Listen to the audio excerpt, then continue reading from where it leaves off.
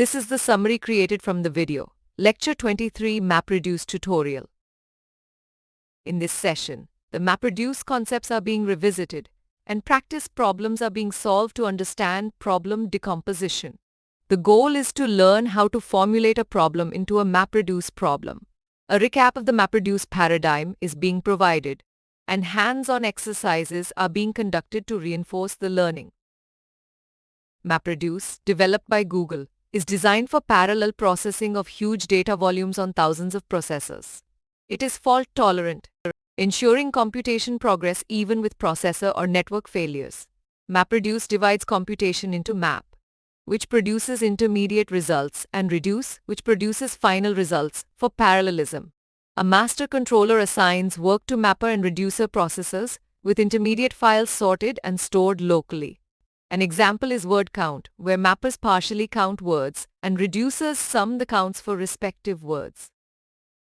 For a 64 KB file, each DFS creates one block. For a 65 MB file, it creates two blocks 64 MB plus 1 MB.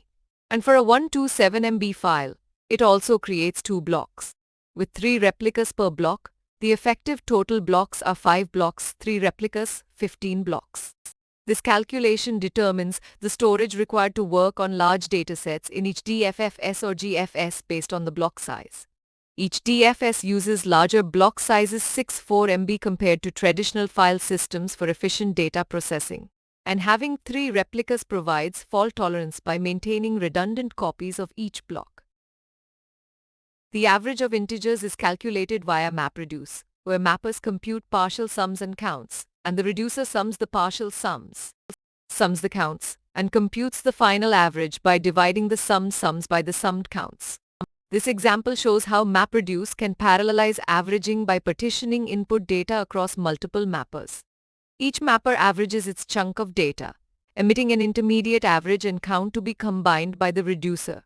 Pseudocode demonstrates the key steps mappers partially average, and the reducer aggregates partial results into the final average. To calculate the average salary by gender, the mapper function extracts gender and salary from input tuples of name, gender, salary and groups salaries by gender key M or F in the mapper output for the reducer phase. The reducer calculates the total salary for each gender group by summing the salaries and then calculates the average salary for each gender by dividing the total salary by the count.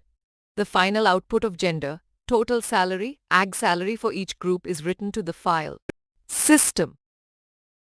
MapReduce enables parallel processing of huge data volumes, but challenges include fault tolerance and load balancing.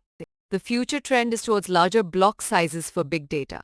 MapReduce facilitates complex data transformations like averaging and enables grouping and aggregating data by specific keys.